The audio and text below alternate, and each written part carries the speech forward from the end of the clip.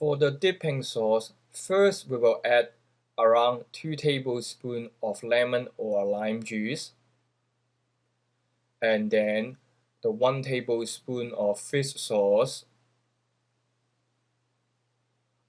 followed by 1 tablespoon of sugar, and then the white wine vinegar. Then we will add the chili peppers and the chopped garlic into the sauce.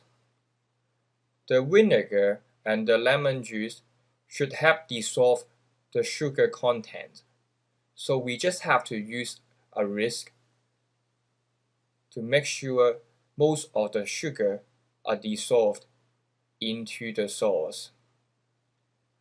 Then we can just pour the dipping sauce into a serving dish, and the dipping sauce is ready.